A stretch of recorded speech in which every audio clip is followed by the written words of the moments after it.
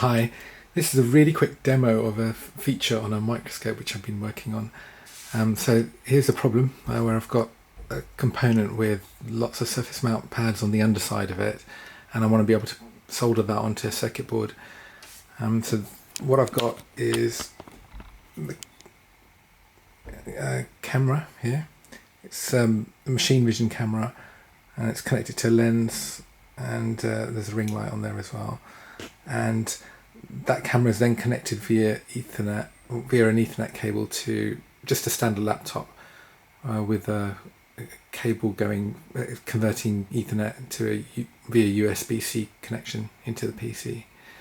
And then I'm running just some simple software on there which I've written here. So if I can focus on that, let's try that. So what I can do then is, literally move that around however I want to. Get that roughly in the center like that. It's not important where you put that on the image, but as long as it's in focus roughly and it's there. And then there's like an overlay mode, like a ghost image mode. So if I press the O button, it's captured that, and now I can actually move that, and you can see that there's an image still there.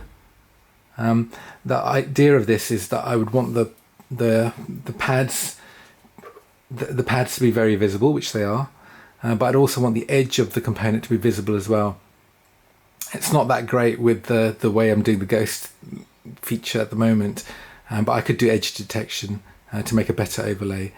But yeah, the concept at least is working. So the point of this is then that, or what I could do is, if I've got the chip, then instead of having it this way around, I can now flip that onto the other side. And then I would be able to move that around and get that exactly aligned to where it was before. And this would work much better if the edge detection was used to generate the overlay. So the cool thing then is, if you've got a circuit board with that outline on it, like this one for instance, then it's really clear actually. You can move this around and precisely get your circuit board to exactly where that component was. So that's about here.